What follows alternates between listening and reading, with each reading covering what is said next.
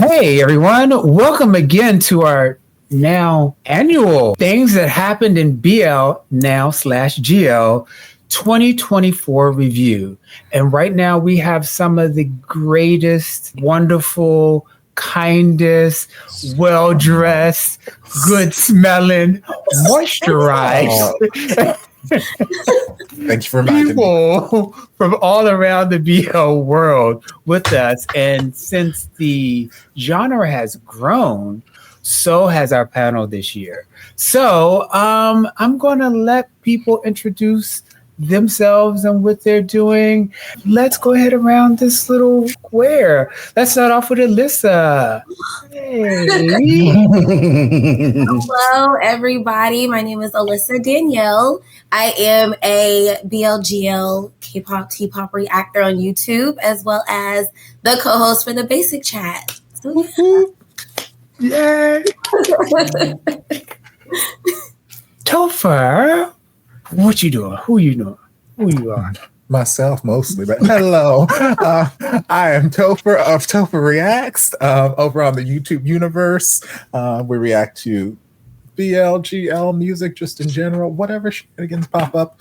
Also on the growth team for the Drama Llama app. For those who don't know Drama Llama, it's a thing.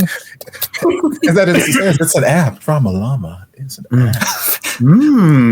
I'm really good at promoting it. You are. AJ, how you doing? Hi, I'm AJ, the manager of Kpop BEAT and also AJ Reacts. And I react to BL's K-pop, other music, all that fun stuff. And I also stream. Editing up over there. Who you?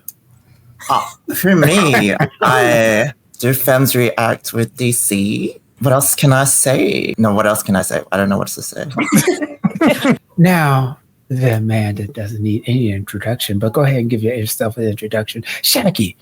Hi, everyone. My name is Shaqii, also known as Shaqii on the YouTubers. BL, K-pop, J-pop, things reaction on YouTube. And while it is on hiatus at the moment, one half of the Spot podcast, Working Out Kinks, will be back soon. Oh, we love that. That's all I got. Last and definitely not least, the least of the least, Kayla. How you doing? Hello. I'm Kayla. I sometimes, emphasis on sometimes, do BL commentary, BL and queer media commentary over on moonconsort. I'm also part of Team Lovecast, so look forward to everything that we have coming in 2025 because it's going to be really exciting. Now that you've gotten to know our panel, now we're going to hear what we think about everything that happened last year. Last year it was like I thought like 2023 there was some growth, and like 2024 was even more. So how we're going to get through it is our little running thing is top three series, your favorite couple, then your side couple, hidden gems, and then finally next year we're looking for the future. But let's get into our first question. What were your top three BL/GL and why? Let's see. Who can we start it off with? Alyssa, you were like okay, dance. She looks ready. You just like, I'm about to hype you up too. That's it. What were your top three? I feel like it's so, for me, like really easy. Top three, as far as like BL, was definitely 4 minutes for me. Definitely, because it tingled my brain. Like there was a lot going on. I had my drama and my romance. I love drama. Like anything drama filled, give it to me. Then for GLs, it was definitely Affair and The Secret of Us. Those were like as far as those last year. Ling Orm, I cannot wait for your next series, by the way. Secret of Us, like it started off with the Hallmark moment and stuff like that, and then it went to telenovela and the outfits. Ooh.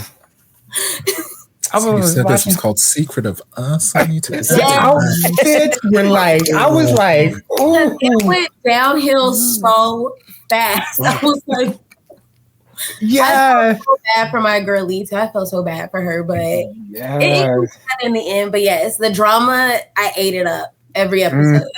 That was so good. It was only 8 episodes too, and it was just like real short. Got in there and did it. Put it right back real quick. Shaqii, let's go to the other side. Like Russian roulette. Well, dang. Well, you see, there was a lot of shows, as y'all said before, but I think about the shows I go back and watch majority of the time. So if I had to go with like BLs for 3, top of the list would be We Are for me. Mm-hmm. I really enjoyed that show. Mm-hmm. Now, just because the camaraderie of all the couples involved, but I find myself honing in on just one couple at the time, majority of the time. That's for real. But just how everything came together. And what shocked me is the fact that P. New directed it. I was like, wow, this is really, really good. I really like this show. And just the whole idea of it was really, really fun. Granted, we're back in uniforms, but it was a nice series. A good laugh on a Wednesday for me last year. For another one, I did enjoy My Stand-In.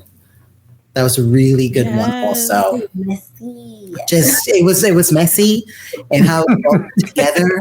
I love a good reveal. If anyone knows me, especially during Bad Buddy era, I love a reveal.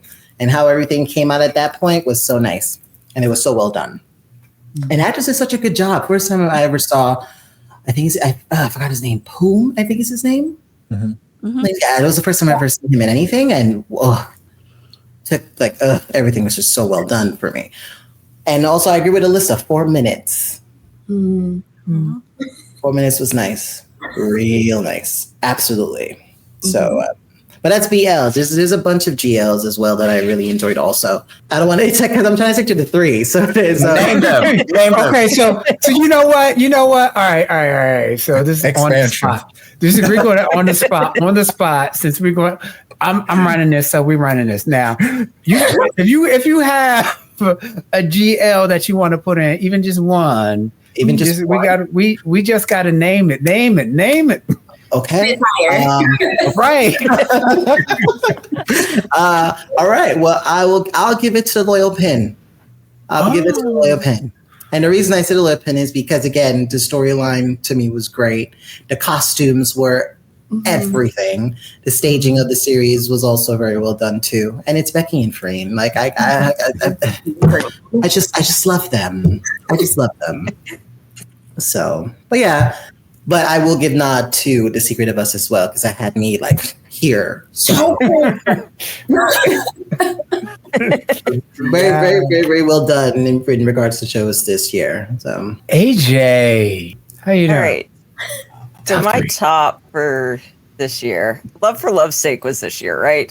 This past year. Yes. I get confused. I watch so many different things, but Love for Love's Sake was by far my favorite. It's probably like one of my overall favorites of everything I've watched. The story was really good. It was really interesting. I liked that it had kind of like the little bit of gamer stuff sprinkled in there. It was great. So there's that one. And Only Boo is one that I really like. I think when that one came out, I just really needed something cute and fun, and that was the one for me. So I will always recommend that, because I'm not big on the school dramas anymore, but that one I was like, oh, you're missing out if you're not seeing this. Yeah. And then the last one is Let Free the Curse of Taekwondo. That was a recommendation when I was streaming for my chat, and we got into that one, and that was a heavy one, but I do love me a really good story. So yeah, those are my top 3. Didn't really watch anything for GLs this year. I'm just getting into things like Pluto and stuff now. So Edison up there. What's your top three? So my top three, I have to, my number one ultimate, Our Son's Love returns. I watched it with DC for our Patreon. And it just had all the humor that I wanted. It was absurd. It was slapstick. It was a great sequel to the original Our Son's Love. But in addition to that, it had great messages and themes about life and family, especially chosen queer family. I felt like it represented a picture of queerness that was so joyous. And I think that's a great depiction to show. I know there was maybe some controversy that I wasn't aware of in Japan about how the marriage message that it conveyed wasn't strong enough. And, you know, I obviously recognize that it didn't really occur to me, but overall, I just thought it was so funny and enjoyable. I also want to give huge props to Sparks Camp Season 2. Just high drama, high everything. I love the femme representation, just the camaraderie between all the girlies. Love to see that because you don't really get to see that often. And like in contrast to also the other dating shows, they have to kind of slot in, say, maybe one girly, one femme person, but they had maybe half the cast I could kind of relate to. They had a lot of relatable narratives and stories, but just also the scandal and the tension and the conflict and just people hating each other. I just loved all the problematicness of human nature. I love how they hated each other. I love the hate. I just love seeing petty people, and they were petty. A little toxicness. Talk's never hurt anybody. Hey, it's like this. I love it. I just need like a little bit of it. Just a little bit. It was eventually that's training.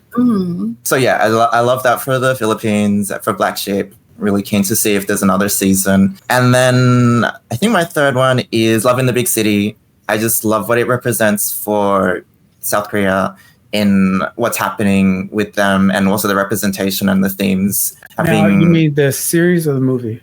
The series. Watch the series. I watched the movie. Okay. So what really moved me was in the context of, you know, a country that has a big population of Christian faith. Just seeing the journey of a mom accepting her son in her own way was very moving to me. So yeah, I was quite moved by all the arcs in that show. And I think in terms of representation and what it would do for the queer people of Korea, it was just revolutionary in terms of like giving empathy and insight into what people go through in the queer community.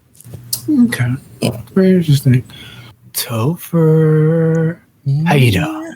I'm okay. How you doing? All right. You know what? I'd be even better. I'd be better if I knew your top three.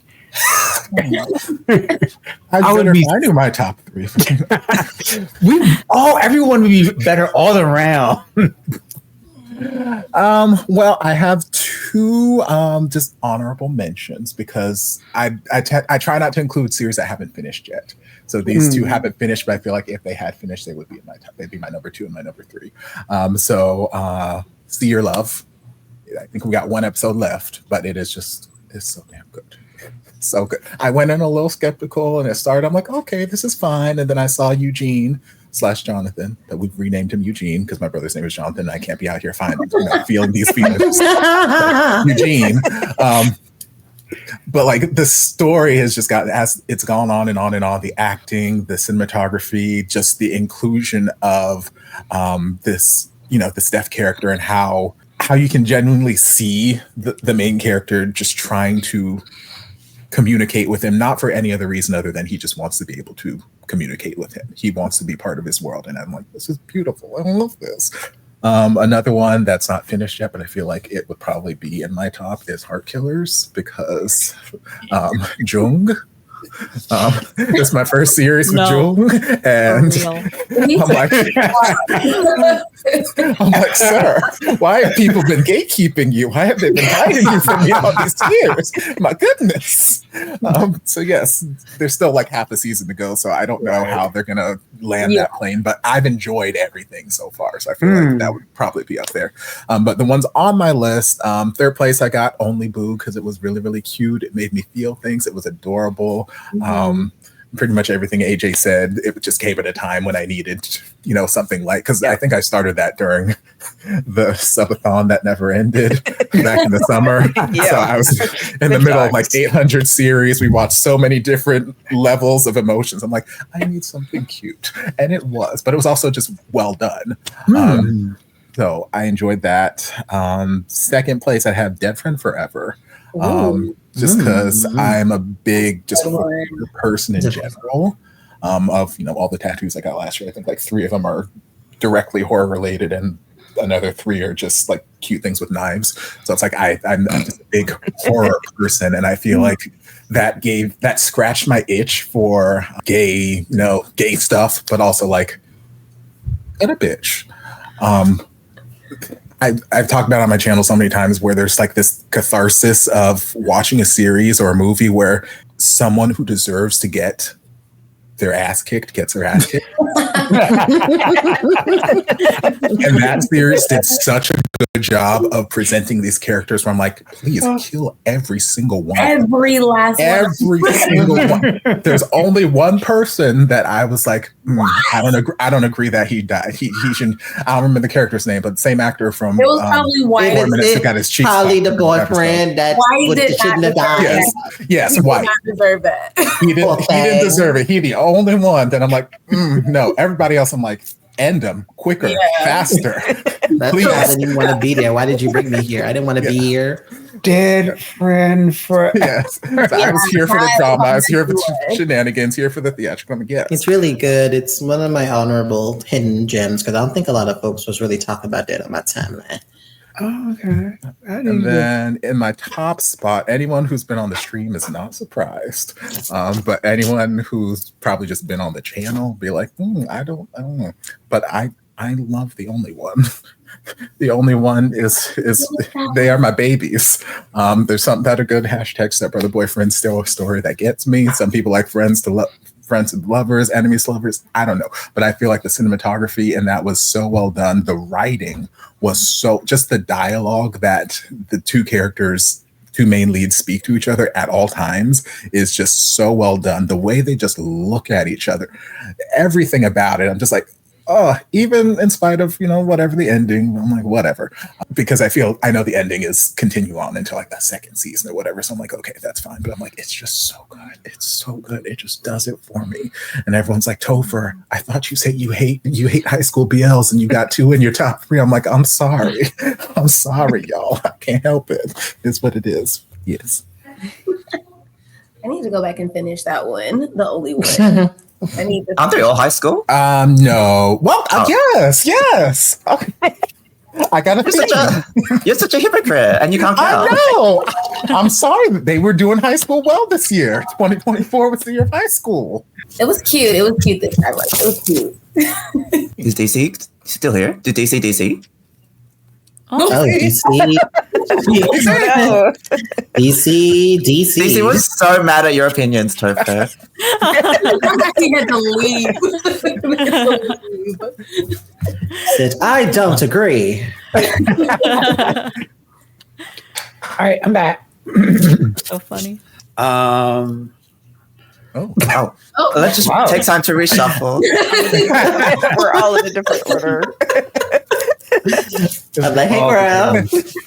It was all because of me. Here we go. Everybody was getting moved. Okay. Yes. Did you finish? Yes. Okay. Yes. All right. I was like, I cannot deal with The Only One. Bye. No. You and half of my chat, but it's okay. Oh, Kayla. And this is a new year. So we'll have tell us about why I feel you lingering there. Because it's a new year. I feel you linger in the air started and stopped last year. So this is a new thing. I am aware. Yes. Top 3. What are your top 3? So we didn't even get a special episode of the Lingo Year. We didn't. Which we need. We do need that. Like, so maybe we'll get it this year, and then I can make that my whole personality. I have goals. Anyway, I have my top 3 BLs, and then I have a queer series that I want to shout out. Okay. So first, I want to shout out Interview with a Vampire. Yes. Best show on television ever. Ever. Like, my world was turned this year. Better than the movie. Very good. A very good series. There was a movie first, but it was very, very good. It's just like an upgraded, it's like an upgraded version of the story, honestly. Like, I loved all the creative liberties that they took, and I felt like it just added so much more to, I don't know, these silly gay little vampires. Like, it elevated it. I loved it so much. So I definitely wanted to shout that out because I've been obsessed with it this year. So my third is Jack and Joker. Oh. I feel like this doesn't come as a surprise for me because it checks all the boxes for me. Like, I love the fact that it's like a drama, comedy, crime type thing. It's kind of mafia adjacent, but not quite. And I really love that. I love all the social commentary about class division. I love all the action sequences. I love how they start off kind of as friends, then enemies, then friends again, then lovers. Like, it's a very interesting push and pull dynamic between them. And I mean, it's yin war, and you could feel their passion in it in more ways than one. It was very much giving. Some shows are just made for profit, but this was made for the love of it. And I really appreciated that, along with all the messages in it. It was also very like topical with Squid Game. Like, it was very Squid Game-esque in the way that the 4 horsemen were playing all these games with the poor people. Yeah, I was obsessed with Jack and Joker this year, and I loved it. And I love Yin more. My second one was my stand-in. I fucking love my stand-in. Dude, I fully blame Mech for this because I wasn't going to watch it, and I put off watching it for a long time. And then Mech would just not shut up about it, and I was like, I have to watch it. I have to. So I watched it for him and stayed for like all the toxicity. Like, this year, I've really been embracing the toxicity just for the entertainment. Toxicity for the plot. Yes. It's so here. Yes. Oh my gosh. I resonated so much with Joe, and like the fact that he's kind of like stuck in his circumstances and he's finding it really difficult to rise above it. And he has all these people like that bastard Tong just controlling him. And he just can't get out of this cycle that he's stuck in. And contrary to what you might think, I loved Ming so much. I loved him. And anytime he did something crazy, I was like encouraging it. I hated him. Really? I loved him. He was serving cunt for sure. Okay, I'll give you that. The see-through shirt. Yes. Yes. Yeah. Okay. Wardrobe department. He was fitted. He had such an attitude. He was so bratty, pretty entitled, but at the same time, I started to empathize with him because I felt like they showed a lot of his character development in the show. Yeah. Whereas some shows, I'm kind of like, does this character really need to be redeemed? But for him, I was like, I get it, and I can get on board with it. Yeah, my stand-in, very toxic, very, very industry politics. There's a lot of that in it, which seems like outrageous, but honestly, a lot of it, I was like, this has definitely happened. This exact thing has definitely happened before. And so I love anything that's kind of like meta like that, where it's like kind of true to reality, other than, I guess, the whole thing of him dying and coming back in someone else's body. Wardrobe 3. But yeah, my stand-in, amazing. And then my number one, definitely, if you know me, this does not come as a surprise, but I was such a fool for Pit Babe this year. Such a fool for Pit Babe. It was all I could think about, all I would talk about. I would literally Oh my God, give this a is a long rundown. year. It was this year. Oh my It goodness. started- No, well- it was in 2022, but it ended in 23. It ended Wow. Yeah, I'm thinking. 2024 in February. Oh, it ended. Yeah, that's right. Never mind. Forget what I said. Yes. Wow. Yeah. I'm like, I'm just like, Too many this is how long this year has been. Pit Babe has been this year. Those we got. Wow. Wow. Yeah, it was. Wow. And my madness is proof of that. It's like at one point in time, like all of my likes, Pit Babe edits. My whole For You page, Pit Babe. Like it really consumed me. I love those little race car drivers. I never thought that I would get into an Omegaverse BL because like Omegaverse is not my thing at all. I don't think it will ever be my thing, but like the way they, I guess, executed it in this show, I was like, this is iconic. This is so fun.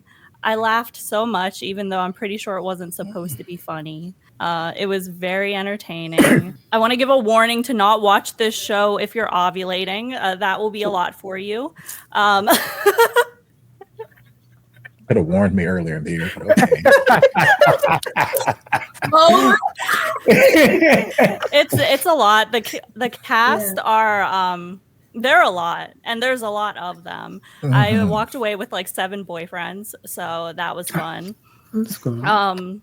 But yeah, there's a lot of like themes in there I really like too, but overall I just love that it was so crazy, so fun. Like who else is making a show where there's like a guy that's like training kids like Stranger Things, and then he's human trafficking, and then there's Omegaverse. Like it's just so unheard of for live action BL at this point in time. So I love the risk that they took with trying to execute it. It was really, really funny.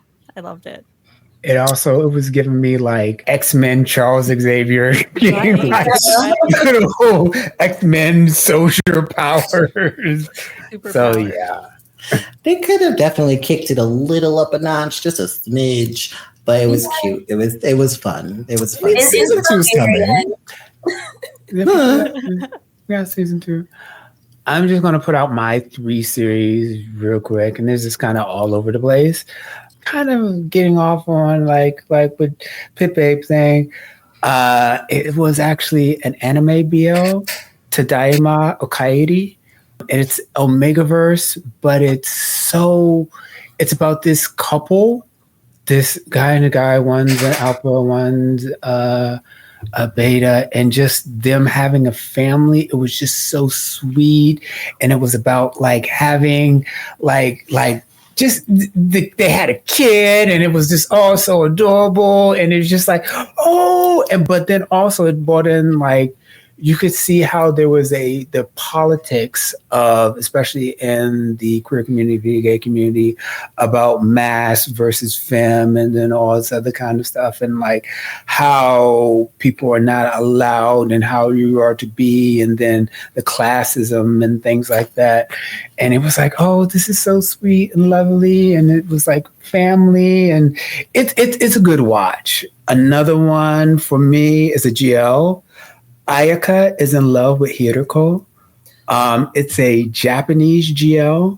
The thing about it was that it had a premise, and the thing I like about it is that it didn't drag out this premise too long. It's like, oh, here's a premise. All right. You accidentally don't know about this. Okay, comedy of errors. I'm gonna eventually get tired of this. And right when I thought I was going to get tired with this, the story changed to something else, and it really became a commentary about being gay and also being a lesbian within the business culture of Japan, and how those things that they have to deal with, and about coming out and not coming out and everything like that. And it was just good. Okay, it was short. It was one of the best GLs for me of the year and things like that. For me, one of the best BL's was Happy of the End. And I liked Happy of the End because, first of all, before watching Happy of the End, trigger warning and everything. All of them. All of them. All of the trigger warning, trafficking, child endangerment, all and all this other kind of stuff. But it reminds me of what was it Eddie Glade was talking about, how these systems of oppression where it lulls you into believing in the banality of evil and the mundaneness of cruelty. And their lives became their lives and they got used to it.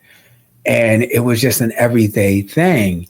But they found also what Eddie Blake talked about, they found an elsewhere within the relationship. And the elsewhere is different from just some place where you go to, as a shelter. It's actually a place where you can get away from all of the oppression and all these other kind of things and actually restart and start over. And you see that they get into a relationship and they find their elsewhere within themselves and they have this change. And then they go back out into the world and are better for it. Happy at the End was really good, but it's really heavy. Like, it is so heavy. So there's just a warning with that. So yeah, that's my thing. On a happier note, let's talk about favorite couples. Favorite couples. Shaqii, who's your favorite couple? Go ahead, say it. Well, I mean, there's no surprise if, for those, if you've been seeing anything that I've been posting lately. I really, really enjoyed Tan and Fang from We Are. Oh, and boom. Oh, and boom. I really, really, really, really, really enjoyed them this year, to be really honest with you. Because I was looking at a bunch, but I kept going back to them because I just wanted something good for them this year, like a good series, something I can enjoy and get entertained by. And I just liked their chemistry together. So it's like it's a tie for them and First and Cowtongue for me, especially in Heart Killers, because I just love First and Cowtongue. I just love them so much. They're just so, I just love it. But no, Oh and Boom for me, 100%. That's that's just it for me. So. Short and sweet. What about you, AJ? Who's your favorite couple of the year? All right, well, I'm gonna go with characters in the show because I just like all the couples, for the actors and things. So I just favorite couple, I'm bad at choosing. Okay, just it's fine. But I really like Kang and Moo and Only Boo. They're just so cute, and I love their chemistry. Just by far my favorite. And the other one that I really liked were Min and Q and Kidnap.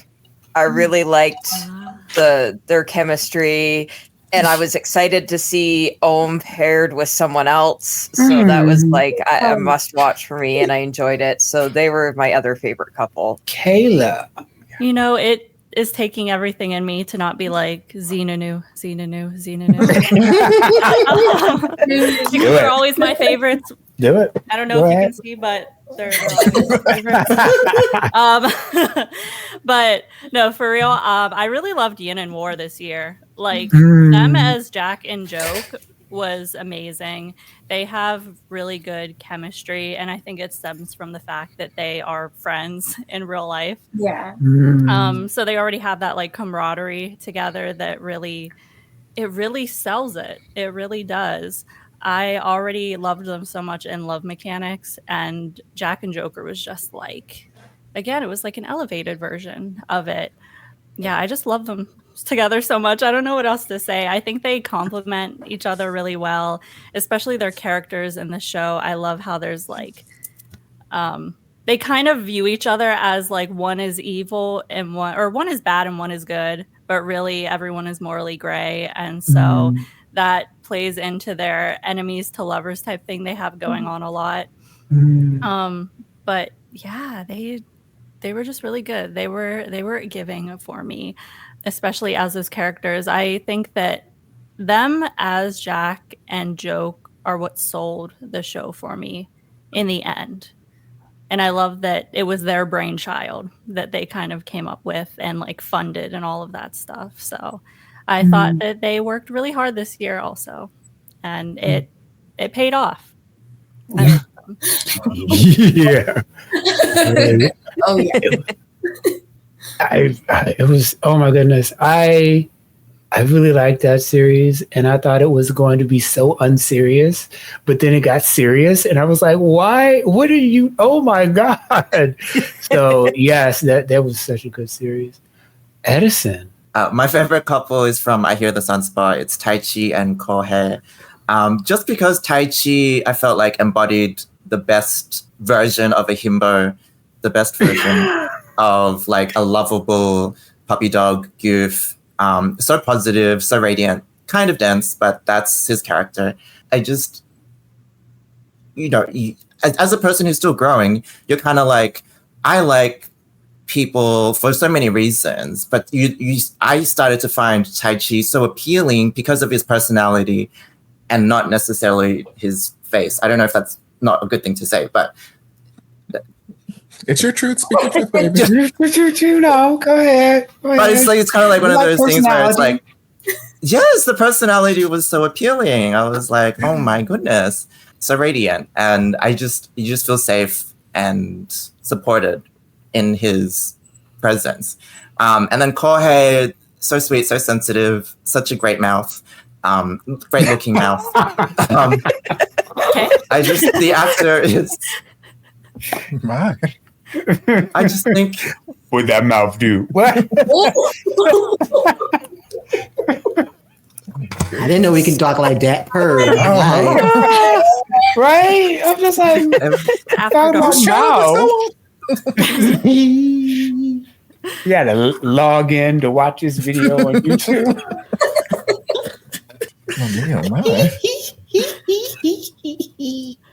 Yeah. Anyways, their relationship was very cute. Quite moving in the first few episodes in terms of the sort of miscommunication between themselves. But yeah, highly recommended for whatever.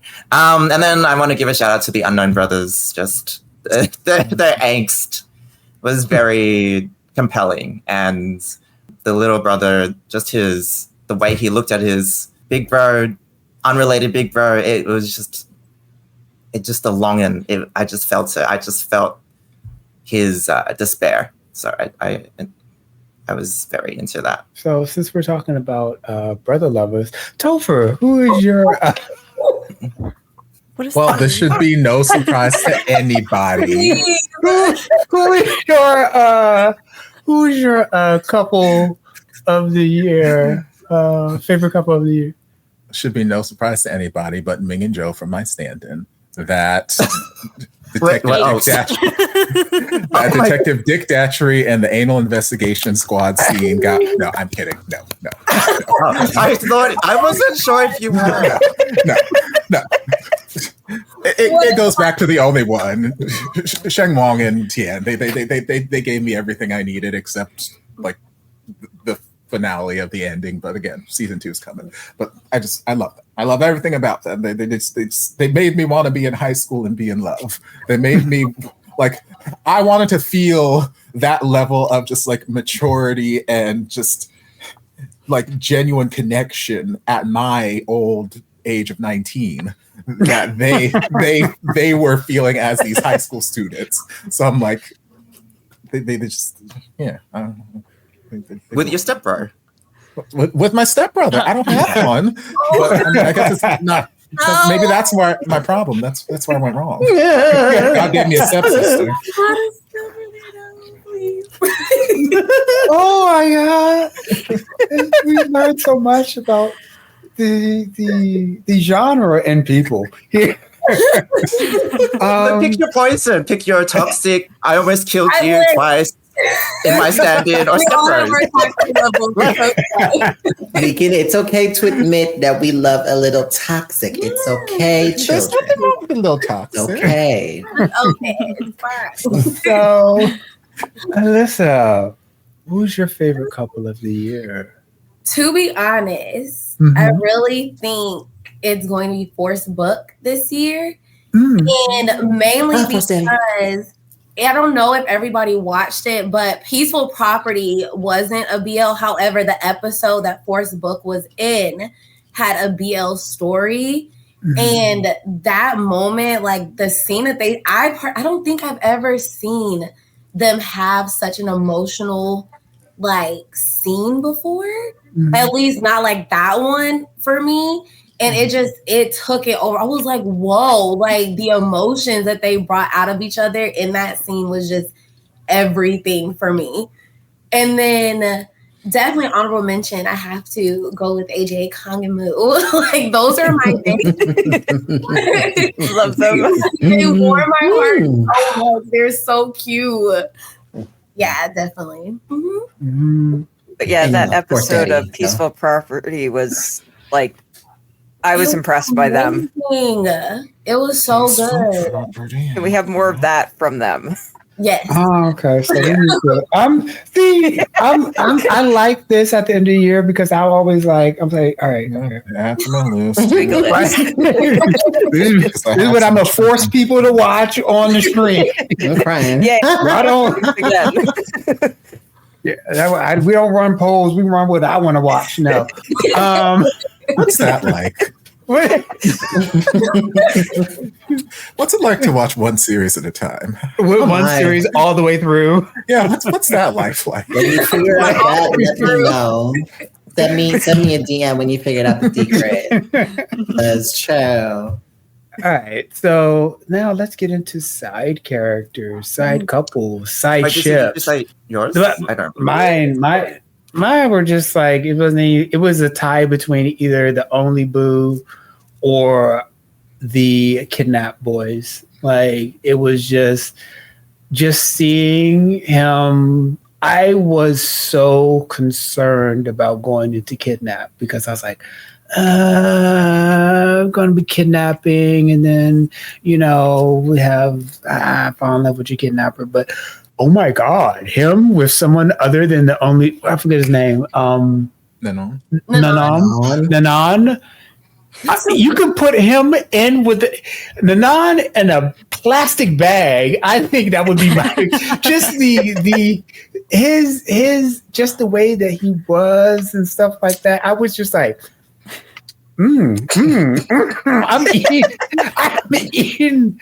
I'm like, it was a buffet of goodness. And it was just, and it was a meal that was served to me every week. And I did not get tired of eating it. I was just so good just to like, and like even the last episode, I was like, okay, this is the QT episode. I know this is the QT episode.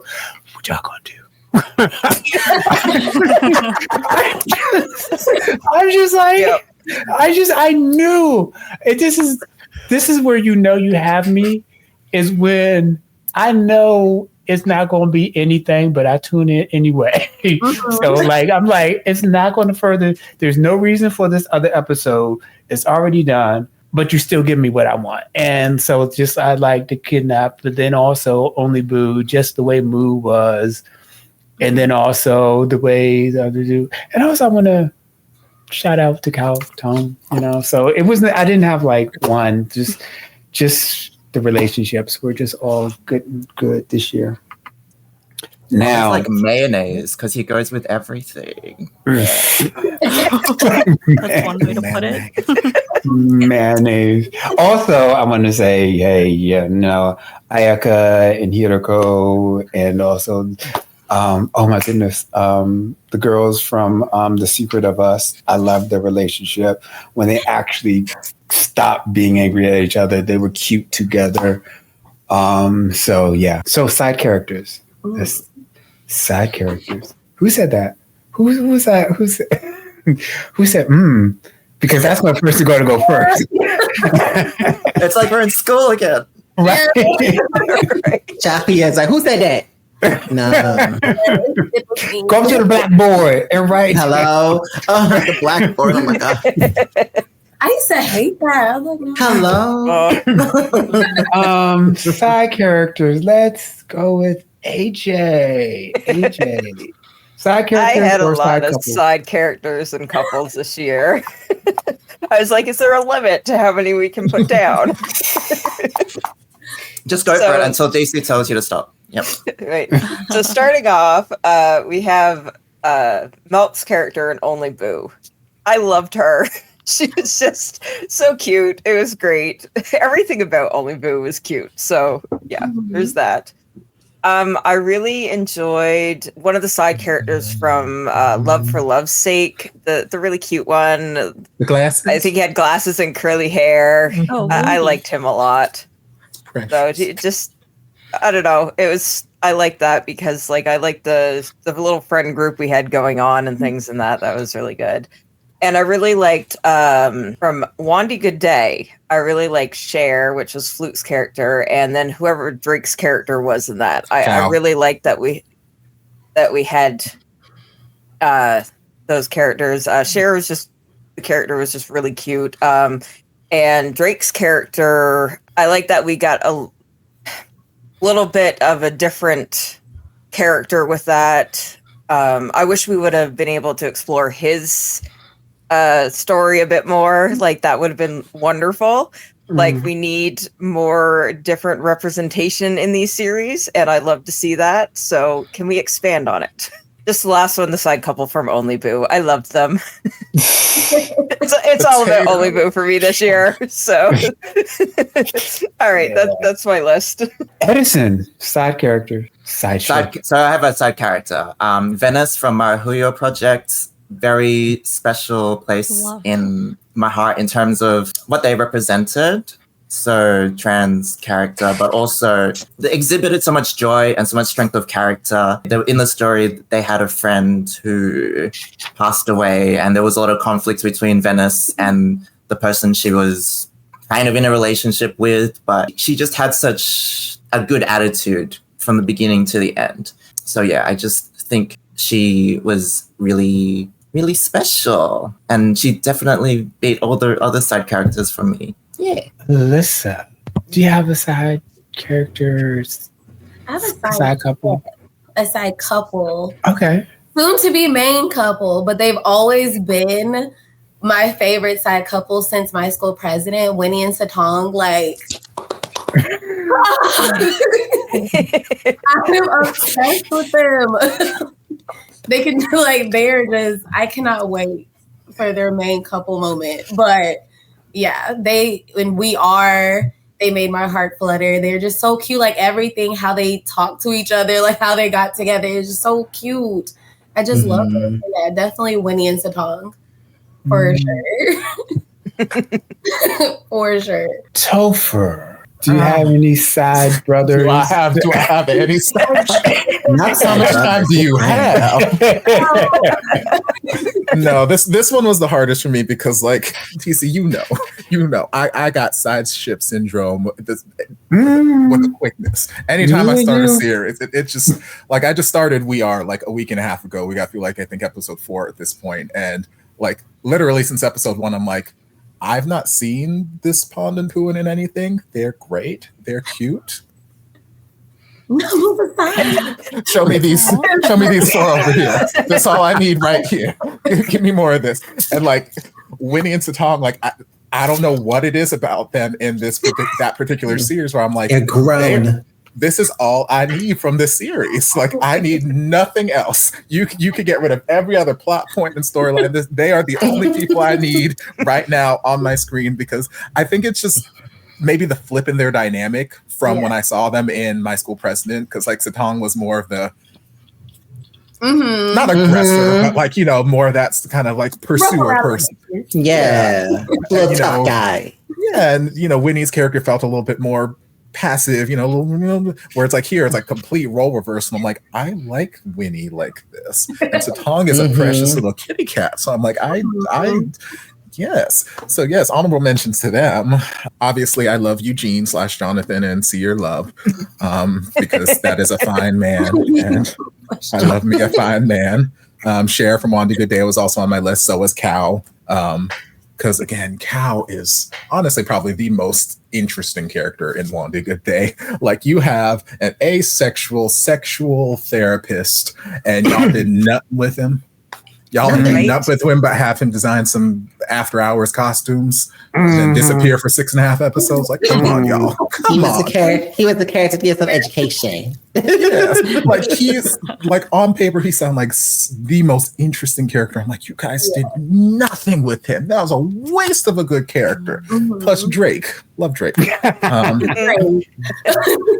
Aileen from 23.5. Yes. Yes. Live for that queen. Just bone structure aside, because that bone structure, that face card never declines. But like, just I live for her every single episode, and I'm like, yes, don't y'all do anything to hurt my queen. Don't y'all even just get off the screen. Just leave her alone. She don't want to be around people. I don't want to be around people either. Leave her alone. Love her. And then as far as like side ships, JJ and Methus from Long Beans. This love does not have long beans. Like, I spent the entire like first three episodes like, they're not where they're gonna be, but when they get there, I'm gonna be very satisfied. I'm gonna be eating very, very well. So I can't wait until we jump to get them to that point, because and then they got to that point and I'm like, so yes. And there's probably like 18 others, but those are all the ones I wrote down.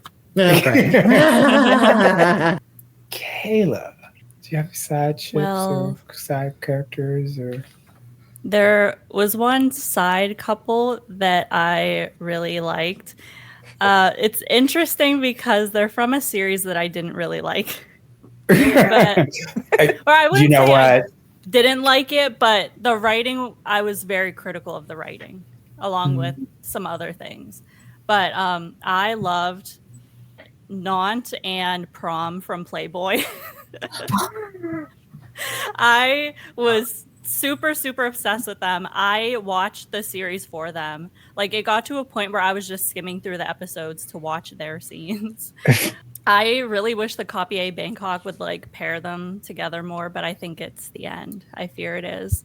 And I became even more obsessed with like them as a side couple because I saw them when I was in Thailand. And I was like, I saw it in person too. I was like, they need to be a pairing in like other shows, but I don't think they will be. They were giving in Playboy though. Like 1 minute they were pulling guns on each other and the next they were making out in front of everyone. Definitely leaning into the toxicity again with that one. But I was obsessed with them for a minute there. I really liked them. I wanted more of them. And I wish the show was just them. Just them. Just them. I also did love Cher from Wandy Good Day, but I also loved his other half, Oi. That's definitely not how you pronounce his name, but I really liked Oi because I related to like his oldest sibling, Rage, that he had, where like his family kind of like is painting him as not like the enemy, but they're like painting him as someone who's like overreacting to the changes that are happening in his family, but he's actually very rational to me. And I felt for him a lot and the situation that he got himself in and how it was really difficult for him to accept his stepmom after he was kind of forced to take over the gym. Like, I really felt for him. So he was definitely a side character I really liked as well. Shaqii. Side couple, sides. You guys basically mentioned a bunch of the ones that came to my brain. So if I'm gonna point like a bunch, every person outside of Han of Huin's character in We Are, I love that entire friendship group, that whole camaraderie of friends, how they were hanging out and just being silly, because it reminded me of my friends from back in school and how we would just be silly like that. So it'll be them for me as like side couples or side characters. I enjoyed them a lot. That's it, yeah. You nice and simple. Everybody else like this. Shaqii was like, I ain't came to play. This is what I want. No, because if it's like, I don't know, if you watch the series and you just really just get down to how they were all acting, especially when they were out during that the festival. I don't want to mess up the name because I know I will. And how they were just all acting in this slapstick comedy. It was just everything to me. So yeah, I really enjoyed their performances in that series. For my side chips, it was just watching Jack and Joker. All of this side chips. like honestly, that's why I also ate with Jack and Joker, because I have side chip syndrome and I got two. I got two of them, but that two and the other guy, and I just all.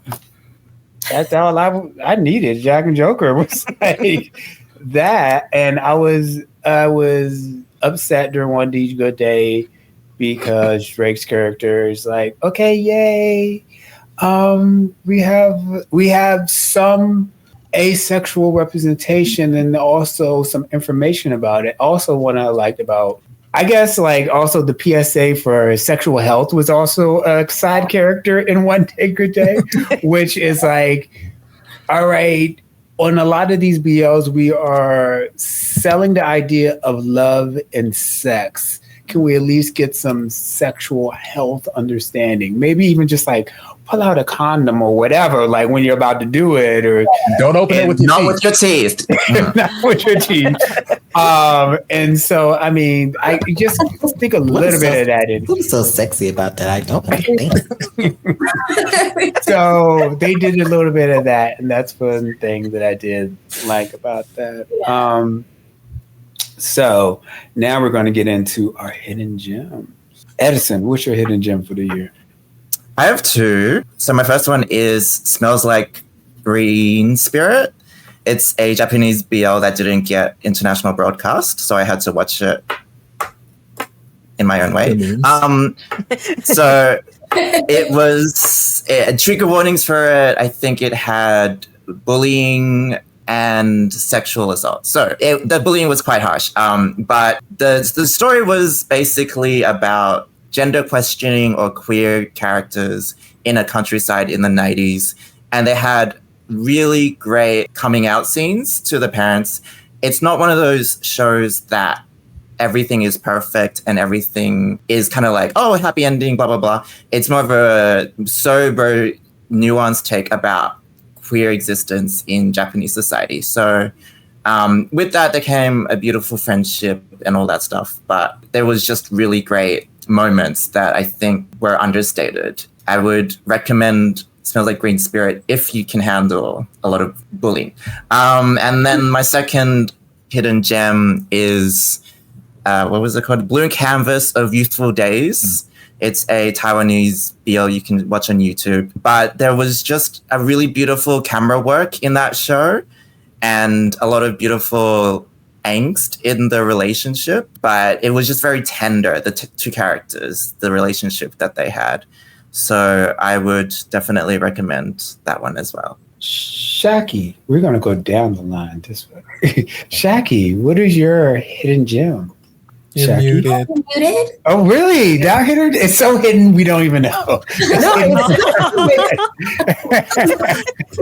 didn't want to tell y'all nothing. Okay. I don't need y'all jumping on this. Hello. Which I will never understand that. Could we stop gatekeeping, please? Thank you. All right. If I had, I don't know. Is it bad to say this year didn't really give me any hidden gems? At least on my end anyway. I kind of stuck to what was, like, I guess, commercial, what was being, like, you know, posted, what was being talked about. Not a lot of people, at least for me, were talking about Deep Night. I really enjoyed Deep Night, the series. Yes. It was very, very good. It was good. I really enjoyed that show. And I wish that we would have gotten more of, like, the Cirque du Soleil of it all. You know, that was really nice. You know? But I love that was that the first BL show that really showcased love between three people? Go on. Was that the first? Okay, so it wasn't the first throuple because the first throuple, one of the first throuples was in that one with the tiger. Three and will be stuff like free. No? Yeah, 3 will be free. Hinted Ooh. at a hinted, but like it really had those the Funny. three. There were 3 security guards who did it in the shower. Oh, Unforgotten Night. Oh, see, no, Unforgotten well, Night. that I don't really. So that don't count. But yes, but no. But It's just the 2 Beat same Night, night. they did really get into it and stuff like yeah, that. like an actual like relationship out of it, Yeah. and that happened in Unforgotten. I did. Okay, anyway, but That's the one thing I yeah, remember from Unforgotten Night. What you mean? but no, it was. I think you were drinking games during Unforgotten Night. It was the only way to get through it. That back tattoo. I'm sorry. If you think of Unforgotten Night as like a comedy, it was a really easy to watch. But no, other than that, there was really not a lot of hidden gems. Oh well, I mean, besides that, it's not necessarily a BL, but again, not being talked about at what I've seen besides myself. Sparks Camp season 2. Mhm. Really enjoyed Sparks Camp season 2. Yeah. I started watching the first Sparks Camp while watching Sparks Camp season 2 to really see what was going on. What was the tea back then? And I'm like, oh, okay, well, that's cute. But I did enjoy season 2 a lot because of the cast. Very, very nice. Very put together. Different type of representation, as was mentioned earlier. But I don't know if that would be considered a hidden gem. Just people weren't talking about it on my end from what I was seeing. Besides me, but yeah. So I don't know if that really fits. I think it counts because his man and the boyfriend were the big runaways. Yeah, they were. They were. Yeah, and even it's sad to say I haven't watched one season and fully of his man, and I don't know why that is. I don't have a reason Too for long. it. This long. That could be, but I did watch the one that was on Gaga Ooh La La, the Boys Like Boys. Boys I Like Boys? loved that. Oh my God. That was so fun. But I enjoyed that. that friendship between those two, where it's like I and the other. Oh my goodness, yes. It's so well done. But yeah, his man and the boyfriend were like everywhere, so no one was really talking about anything else. So, Kayla, what is your hidden gem? I just watched this yesterday, so I'm so late to the party, but Marahuyo Project was amazing. Oh my gosh, I wish that I would have gotten around to it earlier because I would have had them on Lovecast so fast. Like I feel like I just need to promote this show because it really went under the radar in my opinion. Like I didn't see anyone talk about it. And I really resonated with King. I was taking notes while I watched the show, and I literally wrote, "He is the cis male version of me," because it was really like looking in a mirror. Because I was that like vocal and like almost like annoyingly vocal kid in middle school and high school who was like so into politics and like human rights and like all that stuff. So it really reminded me of myself. I loved how he was just so not about the bullshit. Like he was himself and he didn't care. He dressed how he wanted. He said what he wanted. I really just found him lovable. Like really just lovable. And the themes in the show are so good. Like I love the whole Serena representing like queerness and like everyone on the island is afraid of the mermaids, but it's really an allegory for them being afraid of queerness and how they're trying to, the main group of friends are trying to kind of like break a generational curse. Basically, they're trying to flip tradition on its head and make the society more accepting, but they're having a really difficult time doing that. The dialogue in the show is like so amazing because sometimes I watch shows and I'm like, people don't really talk like this. But in this show, it's like the complete opposite. I feel like they pulled conversations from real life. Like it was just so realistic, so like palpable, everything that they were talking about. I just love the music. I love the color grading. I loved like the friend chemistry in it, like all around. I binged it and I cried because I was like so proud that something like this had come out of the Philippines. I was like, my people are doing it. They're doing it still.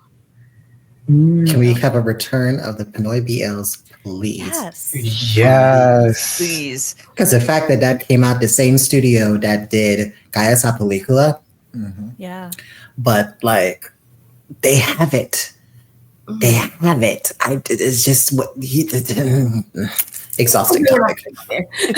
You just, I just need some rich billionaire to just come there and just like handing out money so y'all, because the Philippines can start doing stuff, and they just need the money in the backing. Because I've seen a lot of Filipino BLs, but they were like, they didn't have the production value, and I think some of that just like lack of production value like really hurt it. So, but yeah, Pinoy BL as a whole is like a big old conversation that you could really go into, to be honest. And for our next roundtable, we'll get into Pinoy BL. I want to touch on the message of My Hero Project quickly, but also I forgot one of my hidden gems, so I have to do that as well. The message of My Hero Project was so amazing because it was about queer erasure in history and about how queer acceptance was common back in traditional sort of like times before colonization or before religious influences came into play. And so it was really beautiful to see the reclamation or even the injustice of how queerness was taken away and turned into something terrible. And it's a common thread in a lot of cultures, I feel like. Ancient China, I'm sure it was more accepted than it is happening, I don't know. But yeah, it's just, there's so many cultures that have a similar story that I think it's a really important message to point out the injustice of how queerness has been accepted and then not accepted. But then also my other hidden gem was City Boy Log, because they had the best visuals, the best kisses, the best soundtrack. So Korea has so much like good stuff that people don't find. It's not the best plot line, but if you put that aside, it's just candy. That's the plot. No, it's the plot. Just watch it on mute. Actually, and also without the subtitles. And it was a great.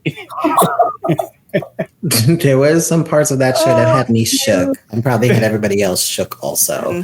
So, Alyssa, got any hidden gems? Hidden gem, the one that I can think of right now, and I feel like I'm probably one of the few that actually really like this series, but The Trainee, I feel like was such a hidden gem. Was that the one with the jeans? A lot of people. Yeah. Okay. Yes. It would off and they like work at a production company. Yeah, I watched that. Go ahead. I thought it was so like sweet and wholesome how they like got together, and it didn't feel, I think for me it just felt like a great break from like the messy dramas and all that stuff, and just watching two people like genuinely come together. I really enjoyed it. You don't see like a lot of people talk about it. I don't know if they were just like a little disappointed that like Off Gun was like in this like cutesy, like sweet roles, but it just didn't get talked about. And I was like, oh, am I the only person that likes this? Like, what is going on? But definitely The Trainee was a hidden gem for me. Definitely. I think also because there was this 2 Off Gun series this year, because there was that, and then the cooking one. Yeah, Cooking Crush. So that one too.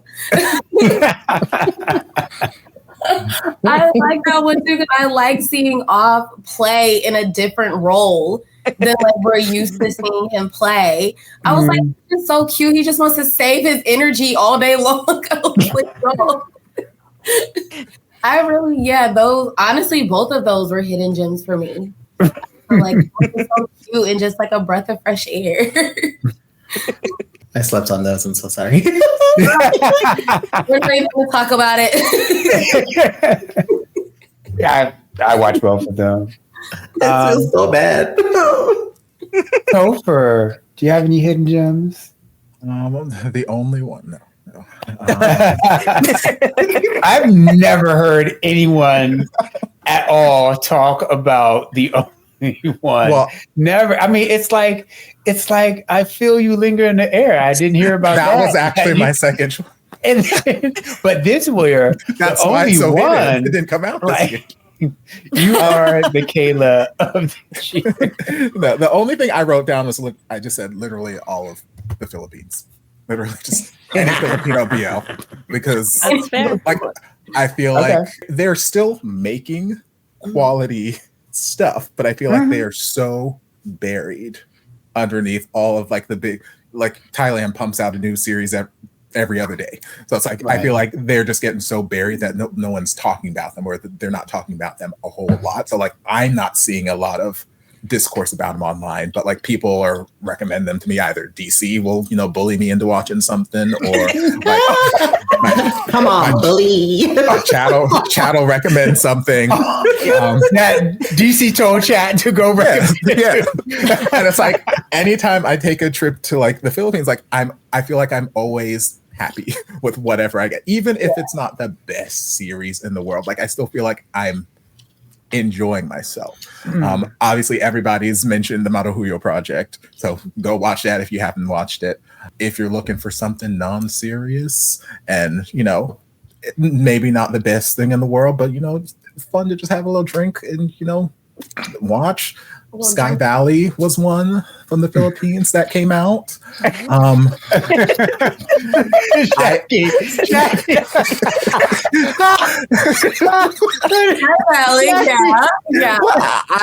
Look, it was a series. It was a series, but it was a series that gave me so much. God, like I'm so sorry.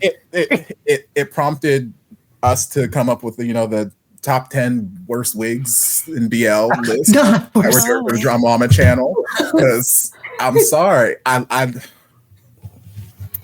if you watch a series, that bad built butch body bleach blonde of a bad wig that happened in that series. Like, oh my god! And the actress is gorgeous. She is gorgeous, but that wig was a travesty, and it gave me life. It gave me life, and it gave me things to talk about. So like, why am I intrigued?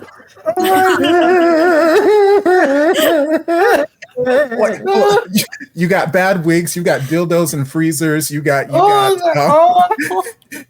Junjun who never puts on a shirt, which is lovely. Like there's so much just heinousness, but I was just oddly like I like this. That was the one series, probably the one series this year on my stream that I was like, every week, this is what we're watching at this time. Anything else is like up in the air. We are watching this today, every Monday. Just like, yeah, I enjoyed it. So like, but yeah, anything from the Philippines, really, I feel like is just a hidden gem at this point. So go watch Filipino stuff. That's where my BL journey started, in the Philippines, and it just always has like a special place in my heart. So like anytime I see something coming out of there that it's like, yes, we still have the quality of Game Boys, we still have the quality of guys like Pelicula and Hello Stranger. Like they're still making these quality series, just no one's talking about them. So go investigate things. Yeah, Philippines. I need to give you a big old hug if we ever meet. And it's not even the fact that you mentioned that show. Forget the show. It's the fact that you made that comment about the. It was a bad wig. It was a bad wig. It was.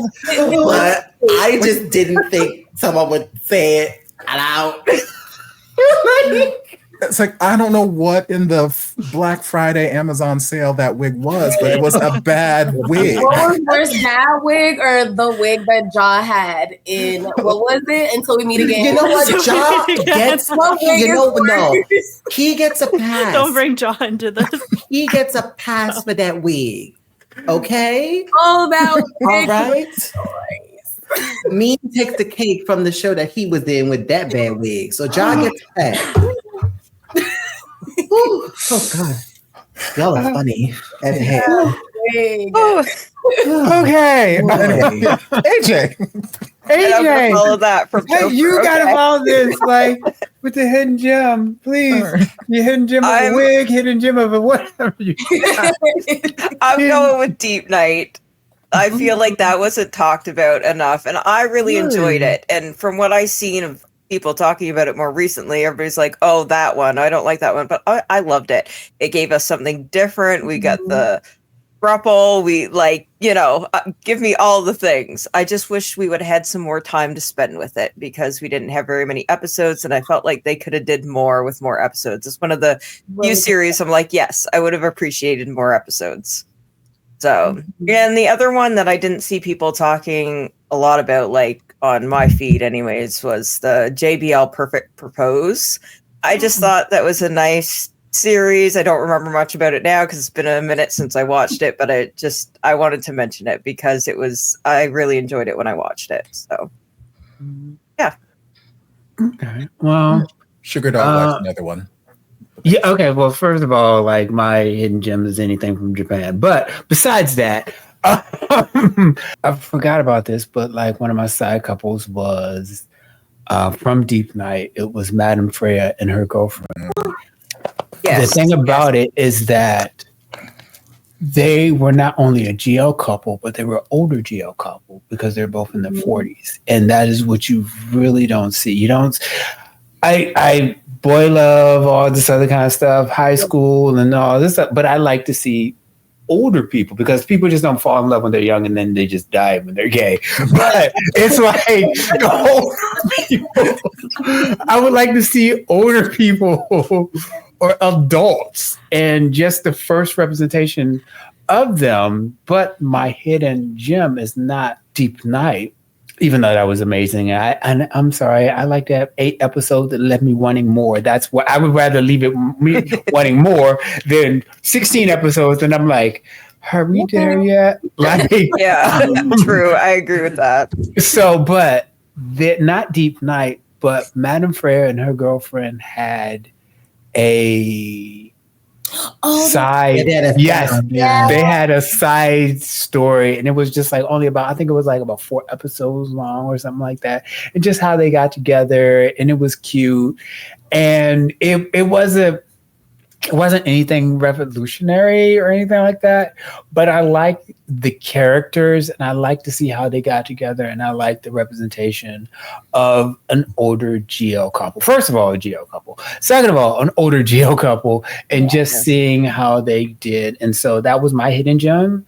And in fact, like when Deep Night came out, and then I was reading about it, I was like, oh, they're getting like a little side story and stuff like that. And I was like, okay, so if they're getting a side story, it's not going to come out till probably next year or whatever, 2 years ago. I found out it came out in like November. I found out it came out in like summertime. I was like, what? I missed it. Like nobody was talking about it. Oh, the only reason I knew about it is because you had mentioned it, but I had missed your streams where you watched it, so I'm gonna have to watch that. Yeah. So it was just like little cute, little nice little side story.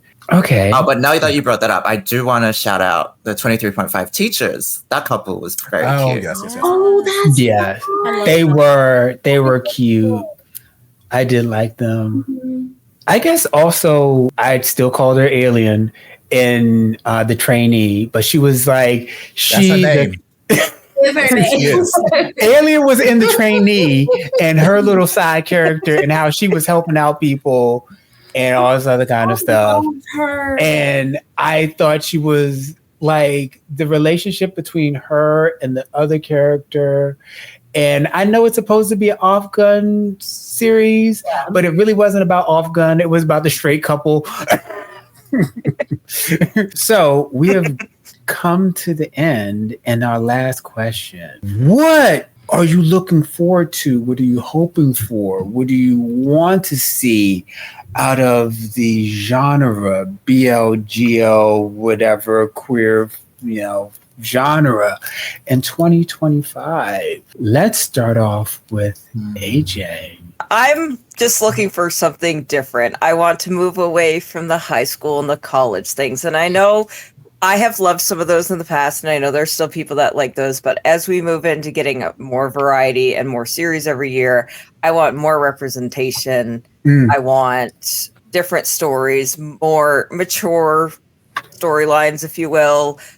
Maybe it's just because I'm older and like getting into BL, the some of the cutesy high school ones were great. I mean, I did love Only Boo this year, so but it's like I want to see more variety, more things that maybe I could even relate to, characters that I can relate to. So I guess that's my thing with every year. It's like I want them to expand on things, more stories, more representation. Yeah, I guess that's it. But from what I've seen from a lot of the GMM TV trailers for this coming year, a lot of them look really interesting. And if they do them well, I will probably enjoy most of them. Topher, what are you looking forward to 2025 besides finishing a series? I look forward to finishing up quite a few. We finished at least like 5 or 6 in the last like week and a half. Yeah, we've been good over there on your We've been streams. trucking the last week and a half or so. No surprise to anyone. I'm looking forward to hopefully The Only One, part 2. I don't know if that's scheduled for this year but you know, whenever. I'm looking forward to it. But outside of that, yeah, I enjoy the variety of just genres that BL is diving into. So I'm hoping that it's going to continue just exploring, even if they don't successfully explore the genre, even if it's not the best. Still, they did it, and I'm happy that they did it, because maybe if they didn't do it well, someone else might see what they did and be like, I like this idea. Let me actually do it good. So just more exploring of the genre. So like I know like GMMTV, I feel like every series in their lineup was like about tarot cards or something. Tarot cards are cats. So we're gonna get lots of tarot cards next year. Like that cat that was all around like 23.5, meowing all over the place now. And you know, I think like last year we were all about vampires. We're gonna get vampires and supernatural series this year. So I'm like, I'm excited for this kind of variety. I would love it if GMMTV or one of these other BL houses were giving me like a vampire series of like Interview with the Vampire. I would love it if they would cross into that territory with some of these fine ass time. That would be delicious. I would nom nom nom nom nom. But yeah, just keep exploring, and you know, hope thick thighs and beards. Thick thighs and beards Saves lives. Sure do. Thick thighs save lives. I'm gonna need a mouth to thigh resuscitation at all times. So but anyway, yeah, that stuff. Period. Alyssa, how do you follow that? What are you looking for 2025? I feel like my answer is going to be the same as like everybody else's. Like I kind of want them to keep the creative juices flowing next year. Like expand on different stories, like do different themes. I don't know. Like I'm tired of the same old. So I kind of want something that'll get me thinking, or just something that'll have me really engaged from beginning to end, which I do feel like the next lineup might have like a lot of that. But yeah, I just hope the variety. I feel like that's the thing for this like variety next year. Yeah. Kayla, besides the special episode, I lost hope with that. I'll be honest. I think we're not getting an international release. It annoyed me because I saw it was like, oh, we showed it in Germany. I was like, I'm not in Germany. Why are you telling me this? But go ahead, Kayla. What are you looking forward towards? My first thing is I really would love to see a Thai GL that has mask characters. At least one mask character. Okay. I say Thai GL specifically because they've really like ramped up producing them. But none of them have really like stuck with me except for like 23.5 and Pluto. I need more mask representation in the GLs, I think. And then my other one is I think it's supposed to officially come out this year, but I mean like the next Prince. Oh, The next Yes, yes. I need that. About. It's going to become my entire personality. So I hope that it comes out this year, but Damundi have a track record of always being behind schedule, so we'll see. Come out. You need it. You need that one. Bring it out. Please. Bring it out. Shaqii, what are you looking forward to this year? This year? This may be a really, really, really interestingly hot to take. Can you imagine a BL where we take the couples that we know and we switch them up? I've been asked. That's why Kidnap was so good, because he had to switch. We switched it, we broke it up again.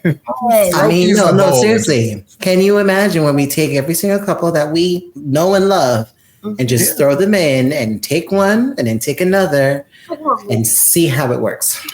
So, because you can put with anyone and they will shine. You can put Gaween First with anyone and Gaween, because we've seen First and Gaween together. And if you've not seen Not Me, go watch Not Me. Go watch. Yes, please. So I know it's like I said, very hot take, because they will never do this, but it will be a surprising thing, and I think a lot of fans would actually be like, "Oh, I'm intrigued. Let's see what this is. How is this gonna go?" Because all it is a good director, good script, good actors, gold. You're good. You're good. But, because they've said it, they've based it on the popularity of the couple. And as we know, like the typical ones that are popular right now, Forcebook, Cowan, and First, things like that, they're very popular. So, of course, they're going to be the ones that are fame. But imagine what it's like if we just split them up. Put them with somebody else. Break them up. I do every day of my life. So here's a real controversial thing. During Only Boo, I had a ghost ship of Milk Book. Yep. Milk Book. And yes, said it like that. Milk Book. Imagine the possibilities that we could get. And I put up a tweet a while ago, and it was great when you're mixing everybody up. So yes. Ghost shipping used to be so much I fun. agree. Oh my God. Yes, I love ghost shipping. Ghost ship. Edison, what are you looking forward to this year, next year, and coming in the future? No, I agree with everyone. I think BL has started to risk being a bit repetitive and predictable. I think people have been traumatized by endings where things have not gone the way that you want them to go. I think there should be more people who die in certain shows. No, I kind of agree with that. I mean, yeah, I'm kind of there with you too, Brian. It's just there's more heartbreaking moments. Yeah. There's just never any stakes to believe that there's a risk to any of the relationships anymore. So bury your gays sometimes, I feel like. Okay. Okay, Pit Babe did that. They did twice. But now look, they all coming back in season 2. We don't know that. They didn't kill somebody out, but I'm like, no. Dead Friend Forever did that. They buried everything. I need to watch that. No, Denver Forever, that ending still made me mad. I was like, I know y'all are not at this place. No, you're not. That was like a gag ending. I will give it to them. But I think the only tension we had was whether or not grandmas would survive, and that was really up in the air for a lot of series. So Topher. I can't be held responsible. I really hope that there aren't too many weddings, because that's too fast for me in terms of a relationship, is if they get married in the same season. So I just need them to wait a little bit, because love, 2 years, give it 2 years, then see what happens. But also time skips, less time skips, please. Yeah. I just feel like it's getting repetitive. We've seen it too many of those. 5 years later. It's like, 12 years later. Like, what? Solve your 12 problems years. now. Just, like, can we stay in a moment? Thank you. 12 years later for someone who still looks 19. Yeah, sure. Okay. but yeah, I mean, it's pretty much echoing everything, more diversity. I mean, I'm obviously looking forward to the shenanigans of OnlyFriends 2 and Oh yeah. the GL version. I can't remember the name of it right now. Girls rule. Girls Rule. Rule. That's be nice Give it to too. me. Give it to me. I feel like Girls Rule has a bit more of the play between mixing things up than OnlyFriends might. There is a lesbian version of His Man that could be interesting. I think they're casting. They did a casting call out. Oh, I have to watch that one. I just need to watch this man in general. What's there to not look forward to? I feel like Korean BLs are on an upward trajectory. Taiwanese BLs are getting more and more interesting. Look outside MTV for anything else. And yes. More love, less hate. You probably won't have the time to watch most of them, but you know. Yeah. No hate, more camaraderie, you know, like Can't we all just get along? can we all just get along? That's really what it is, you know? So the world's already like So one of the things that I'm looking forward to in 2025, actually two things. One, shorter series, because, and I know a lot of people are going to be like, oh no, I love this series and I want to go on. But I'm like, for me, as someone who watches all these series, and the reason I was watching a lot of series this year is because I was watching the shorter, smaller, succinct series. That's why I've been able to watch like 15. So because they're like shorter, the K dramas and all this other kind of stuff. These shorter series, and I just need shorter series. If you're gonna throw all these series out in the year and stuff like that, like understand that taking up 3 months of my life for this series. It's 3 months, like 12 episodes in 3 months. So yeah, shorter series. And then also I'm looking forward to, and this is just me, I don't know if anybody else, and so I'm just talking to the wall here. I'm looking for Game Boys NYC. oh my god. Oh my god, yes. I'm just looking for Literally. I'm not the only one. Maybe You are the only But I'm the only one. Teasing it. I'm like, what happened? I will not shut up about that when it comes out. I will be That one. insufferable once again when that comes out. That was like the energy around that time was so palpable. Yeah. Right. And there was like something going on that time. That was a good era. Yeah, it But was. then also just the announcement of it just brought all that energy back. Oh my god. Yeah. Oh, So God. with Game Boys NYC coming out and then just seeing where they are, what's going on, how their story is continuing on, and just I'm there for it. Also, like I'm just looking with the shorter series, and I'm really happy with just other production, smaller production houses coming out there and doing stuff. So yeah, that's all I'm looking for. Anything else? Anything else? Anybody want to? I feel you on this short series, especially as a reactor. Yeah. Yes. Yes. Yes. I feel you on that short thing. The struggle is real. Please, thank you. It's been a really interesting like more of a personal thing, but like more so like towards the end of the year, every single show that I was doing, I lost it because my hard drive decided to just go kaput. So like a lot of shows I didn't finish. Like you guys are talking about Jack and Joker, and I'm like, oh my god, please just have to. But like a lot of it I lost, and I decided to not continue because to me it doesn't make sense to rewatch something I already watched. It's not fair. It wouldn't be authentic. But yeah, just shorter. You guys can get to the point in 30 minutes. You know, That's how I feel about. I love me some petrichor, but I'm like an hour and 6 minutes. Yeah, you know what? Petrichor is amazing, and you know what?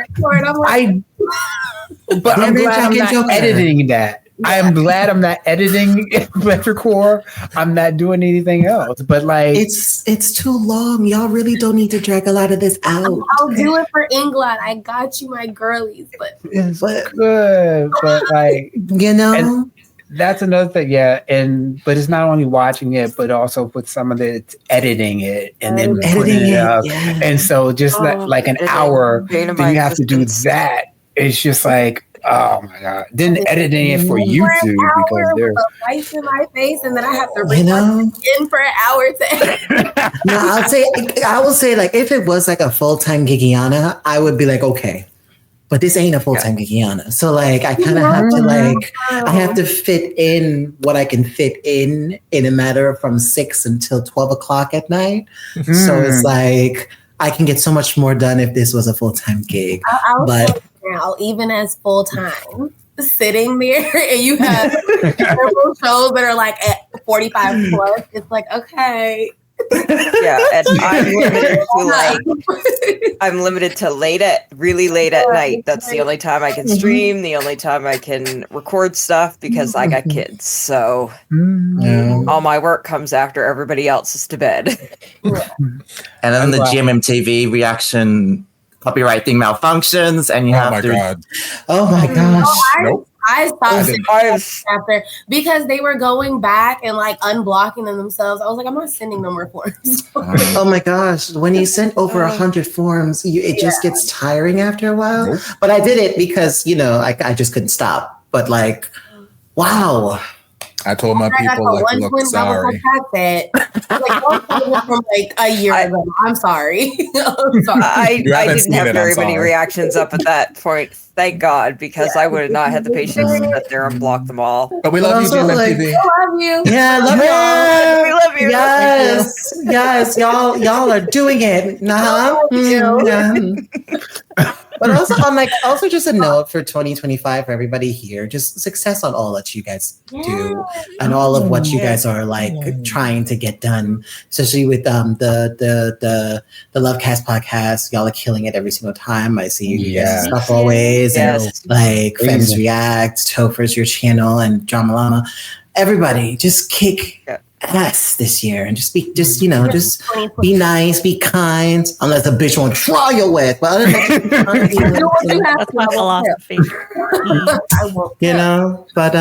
but yeah, hopefully one day we can all like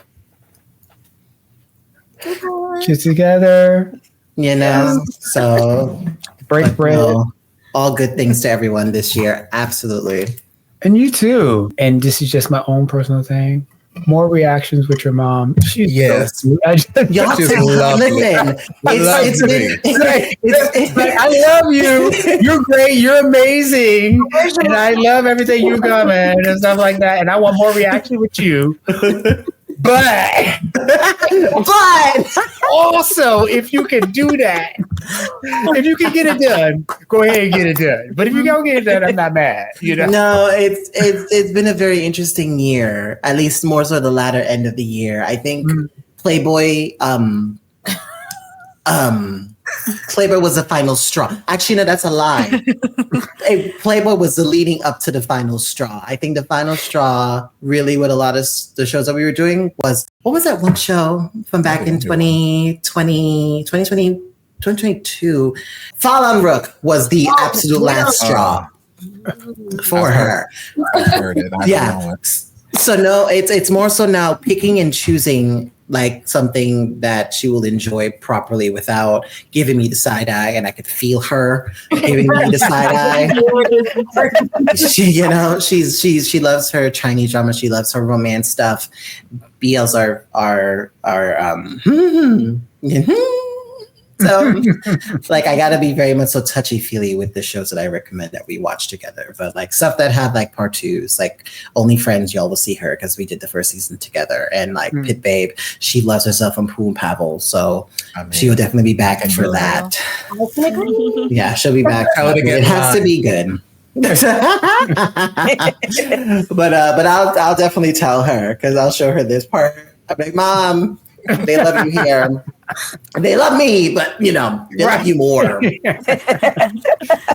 It's not a competition. But no, I'm just kidding. No, I get it. No, I completely understand it though. I love her. They say never work with animals, children, or fabulous mamas. No, but I'm happy though. Like y'all, it's been so fun, and she's so supportive. And I wish a lot of people had more conversations like that with their kids. So one show that I'm definitely gonna show her, and I think she would really, really get into because it'll definitely have a good talk around, would be Ticket to Heaven. That's the one series she has no choice. She will do with me because that show is going to be a good one to get into. I loved everybody and everybody. We manifesting a good year for the BL and for everybody on the channel and everybody who's on the screen and stuff like that. So, and we're going to. Wait, were there any shows that weren't mentioned that people want to talk about or mention?